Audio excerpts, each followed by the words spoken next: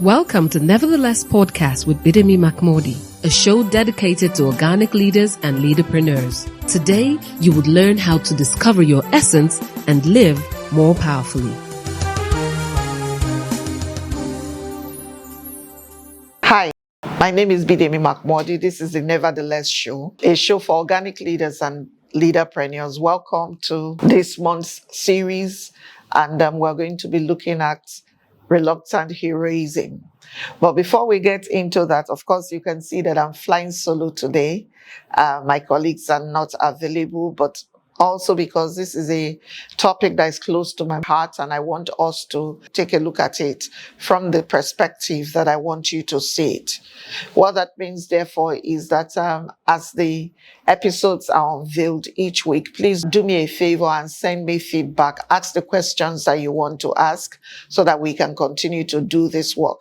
As you may be aware, NeverTheLess is a show for organic leaders and leaderpreneurs. This is the first episode of this month, and we're going to be looking at heroism. Who is a hero? What is a hero? I had to go to the dictionary to check out the meaning or the definition of hero. And I found out that a hero is a person who is admired for their courage, outstanding achievements, or noble qualities. But the operative word in the definition of the hero is the word admired. What that means, therefore, is that it is possible that there are people who've done heroic things, but perhaps because they've kept them quiet and nobody knows about them and not admired, and so they do not have on them the tag of a hero. Now, I know that we live in a season or in an environment now or a civilization now where everybody wants every other person to know what they did the previous day. Now, because of that, what it means is that even acts that should not be classified as hero acts constantly be streamed, thrown in our faces, photoshopped into our faces. People actually go to great lengths to lie just so that they can position as heroes. The question that we want to ask and answer in this series is, what makes a hero? And are all heroes loud about their heroism? Where is the place for heroes who actually don't want to be heroes, but circumstances is thrusting on them to become heroes, and they're dealing with the journey as they go ahead? Now, if I would begin, I'd like to begin with taking you to the Bible.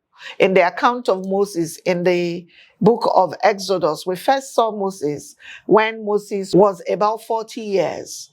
And at 40, after he had been born and raised in Pharaoh's palace, one day the Bible said Moses went for a walk and he saw that some Egyptian foreman was maltreating an Israelite or Jewish slave. And in that altercation, Moses intervened. In intervening, he got in a fight with the Egyptian foreman and he killed the man. And that sets the stage for another 40 years of Moses' life as a fugitive, because ultimately he had to flee from Egypt to save himself from the wrath of Pharaoh and the people. But before he had to flee, something else happened. The Bible said a few days after the first act, where he had to kill someone who was maltreating the Israelites, he went out again for another walk. And this day he saw that one Israelite was having an altercation with another Israelite. And the Bible says that Moses tried to intervene in that altercation. And one Israelite turned to him and said to him, "Do you want to kill me the way you killed the Egyptian the last time?" And that was what set the stage, because all of a sudden, what Moses did that no one was supposed to know about beyond the people that were at the scene became common knowledge. And the Bible said Pharaoh was infuriated and decided that Moses had to be taken out. And that set the stage for Moses to flee to the back of the desert. And Moses was there for another 40 years before God showed up. If we take a look at the account of Moses, there's something we would see. It is the fact that Moses was always called by God to do things that ordinary men would deem extraordinary. There was a call even from his birth that Moses would do things that would make him stand out in the committee of men. And so what Moses did at 40 was trying to live out his life that he knows was his life, then perhaps it wasn't time. The point I'm trying to make with introducing Moses, because we'll go back and forth, the account of Moses until we finish this series, is the understanding that not every hero is a hero because they want to be a hero. And not all heroes wear cape. A few weeks ago, we had a summer camp for our children and teenagers. And as we closed, I said to them, all of you are heroes, even though you may not wear capes and may never wear capes. What makes a hero a hero? Is it the cape that he gets to wear? Or is it how he arises to the occasion? And if someone agrees to arise to an occasion, even though it's not something they would have chosen, does that mean that they are no longer heroic? And if a man does heroic deeds, does courageous things, and chooses to keep it quiet or keep them anonymous, keep himself anonymous, does that take away from the quality and the value of his deeds? Let's just say that I'm musing, and what I'm trying to get us to think about within this series is, does anyone else have to know that I have rendered help? Does everyone else have to know that I have done something that has changed the course of another person's life? Can I not do these things and be quiet? Will it take away from who I am and who I'm called to be if what it is that God has called me to do and I do in the moment is not broadcast and known by others? It also makes me want to throw up the question, okay, so when someone decides that their heroism will not be public knowledge, does that make us or give us the license to look down on him simply because we were not called into the room when he achieved the things that he achieved? A lot of children look up to their parents until the father is featured in the Forbes 500 or has to be featured on a billboard? Is it until then that the father is qualified to be his child's hero? What about the simple fact that fathers have had to care for their children, put a roof over their head, put food on the table, make sure that they are educated, model a good life for them? If I choose that my father is my hero simply because of the examples he set me, not because he saved someone from an oncoming truck, and I choose that my father is a hero or is my hero, does the fact that it's not broadcast and captured in clear lights, does that make my father less a hero? What makes a man a hero? And who determines who a hero is? These are the things we'll be looking at in this series, where my focus is on heroism, but I'm really especially interested in the person that I call the reluctant hero. I'm going to stop and go for a break now. When I come back, we will take a look at some more of these conversations and try and answer some of the questions. My name is Bidemi Mark-Mordi, and this is a NeverTheLess show. God bless you. In a world filled with many fears and discouragement, life often becomes a burden. For those who know the way, life is just simple. Do not worry, you're not alone on this life's journey, as Bidemi Mark-Mordi shares powerful insights and principles from her everyday work and life experiences in her book, NeverTheLess. NeverTheLess is a book designed to encourage and equip you to face life with courage, hope, and determination.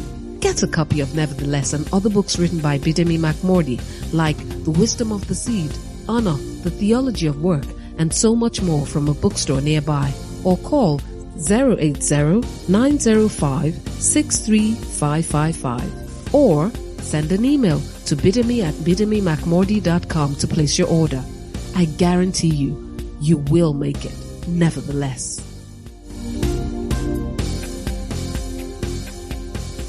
Welcome back. This is the NeverTheLess show, a show for organic leaders and leaderpreneurs. And my name is Bidemi Mark-Mordi. Today on the episode, we're talking about heroism. And we have asked a ton of questions in the introduction that will take time in the next 4 weeks to try and answer. The first question is, who is a hero? And I gave us the dictionary definition of what a hero is. And I said, incidentally, in all the definitions that I saw, what made a hero was not what he did, but in the people that admired him. It seems to me like what makes a man referred to as a hero is the opinion of other people about what he had done, achieved, or not done. And my question is, can't simple people be heroes? How many real life heroes wear capes? And honestly, how many real life heroes are known? I think, and this is the point that I'm going to try to highlight throughout this next 4 weeks, I think that the value that a man brings is what makes him a hero. And if we move or take off from that premise, I am confident that every one of us has hero capacity on the inside of us. And if I wax a bit biblical on you again, the reason why I'm convinced and convicted that every one of us has hero capacity is because in Genesis chapter 2, the Bible says that God breathed upon man and man became a living soul. As far as I'm concerned, what that means is God puts a part of him on the inside of us. And God does stupendously, amazingly, extraordinary things.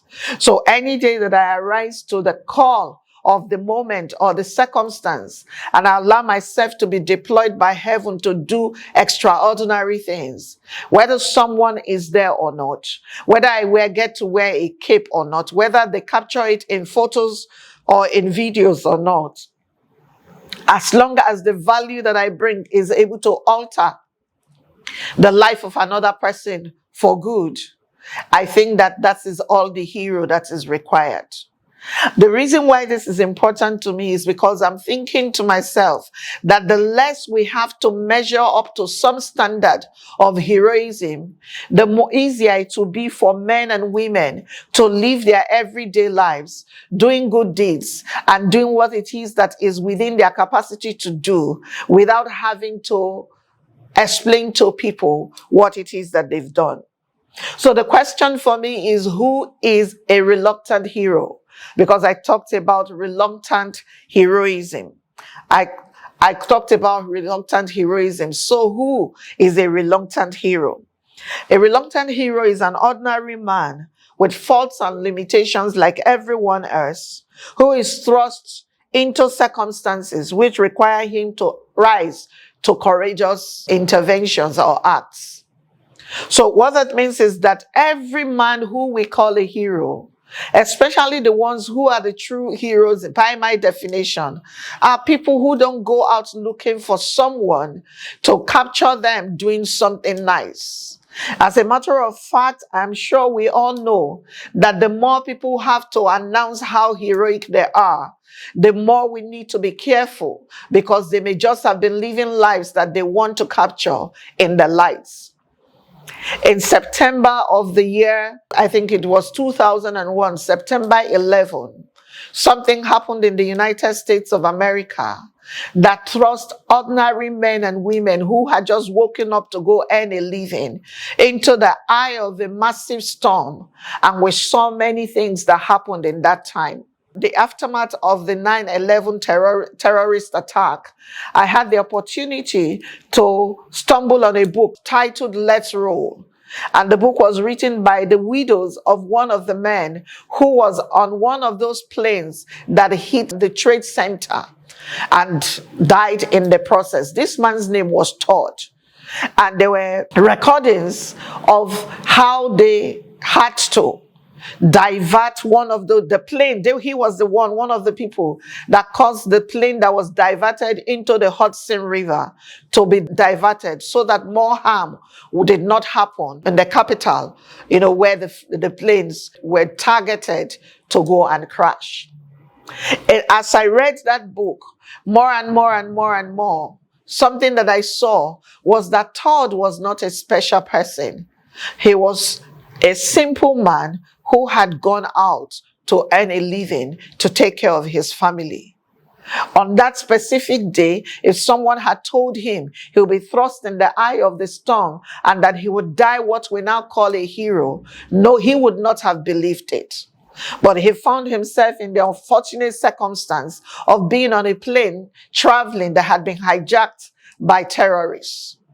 And they decided, he and a group of men decided that even if they were going to go down, it would cost them their lives. They were going to ensure that more people in the city were not going to be taken down with them.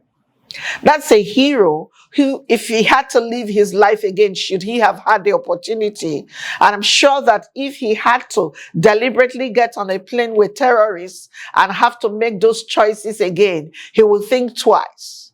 Because in the wake of his death and in the death of everyone else on that plane, families were left without their breadwinners. And while they did a good thing, if you ask their wives, if you ask their children, they will say they wish their parents were not heroes in that regard. The point I'm making is that ordinary men get thrust into the eye of the storm every day. And we expect them to respond by rising to the occasion to do the things that we want done or that need to be done so that lives are saved, circumstances are changed, and life become better.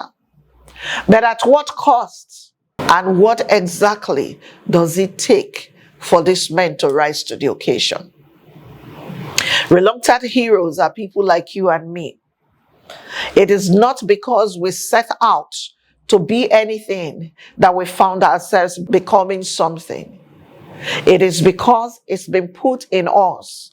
And when that day comes, whether for good or for bad, we should show up and do what we need to do.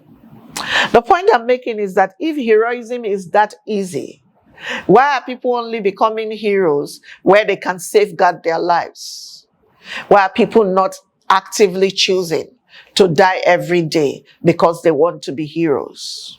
My point is, those who end up becoming true heroes do not choose the life.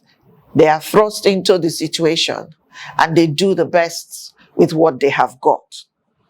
Sometimes a reluctant hero is someone who has abilities that can do extraordinary things, but nevertheless chooses and desires not to do any of those things. But they go on anyway and they do them because others are counting on them. I think that at the end of this series, I want us to be able to go back home and applaud our husbands and our wives who daily wake up to do things that they ordinarily would not have been able to do just to make a difference.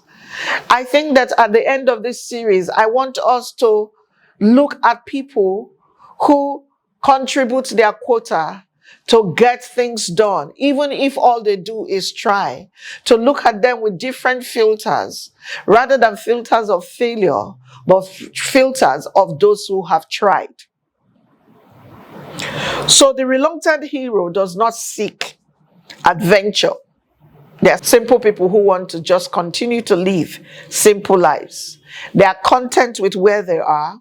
They are content with their ordinariness. And they suffer from the imposter syndrome like you and me.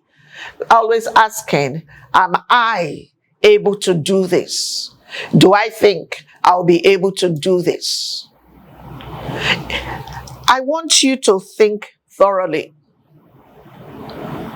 Because when we think about heroes, we look for those people who are super strong. But tell me, especially if you're into comic books and animations and stuff like that, or cartoons, tell me one hero that you know that does not have a weakness.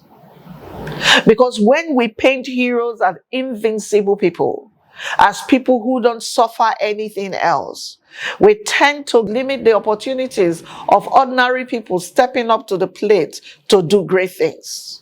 We make people in the moment who could have helped and who could have done something to ensure that circumstances change. We make them begin to cry and call out for other people to come and be their saviors and their help.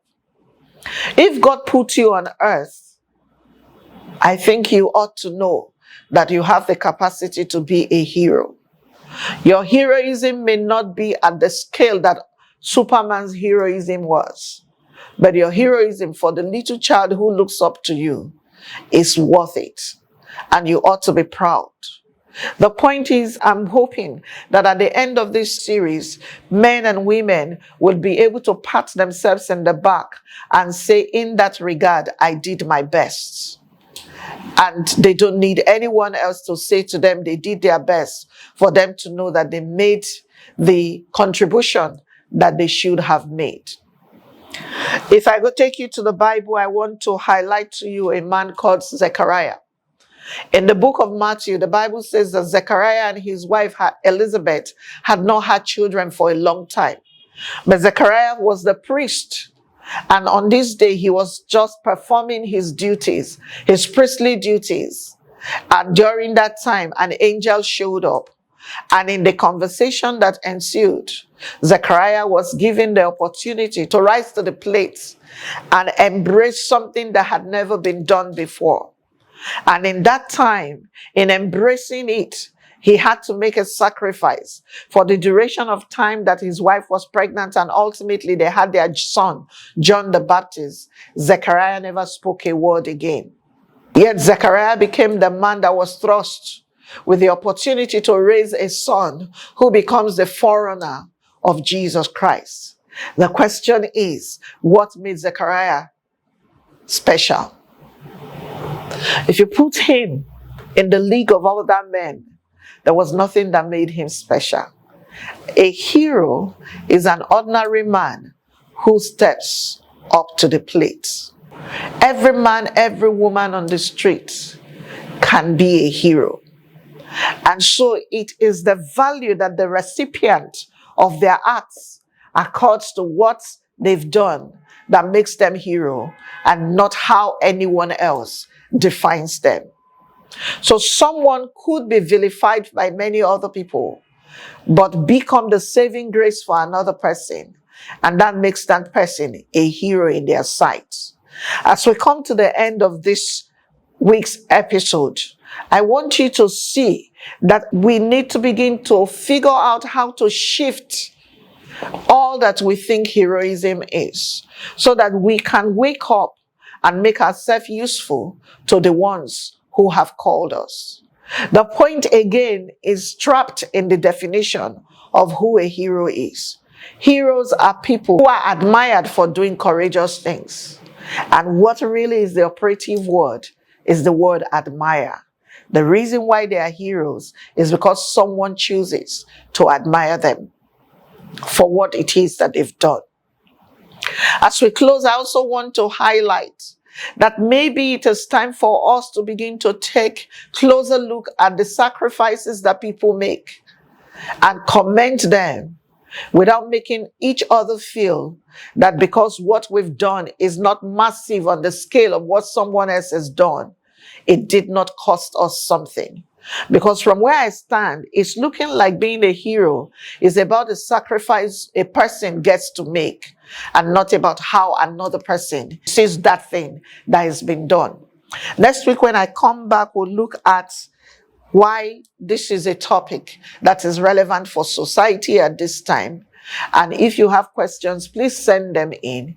Perhaps I'll be able to address them in the next episode. Thank you so much for keeping the faith with us. Remember that for every one of us, there is a superpower. And that's what makes all of us potential heroes. The breath of God on the inside of you. Till next week when I come back, if you discover what you've been put here for, you will live powerful lives. And whether one person knows about it or 10 or nobody knows about it, it does not take away from the fact that you are a hero. Till next week, my name is Bidemi Mark-Mordi, and this is the NeverTheLess show. God bless you. I'll see you next week. Bye-bye. Thank you for listening to NeverTheLess. For more information and resources, call 080-90563-555 or send an email to bidemi@bidemimarkmordi.com. Don't forget, discovering your purpose helps you live more powerfully.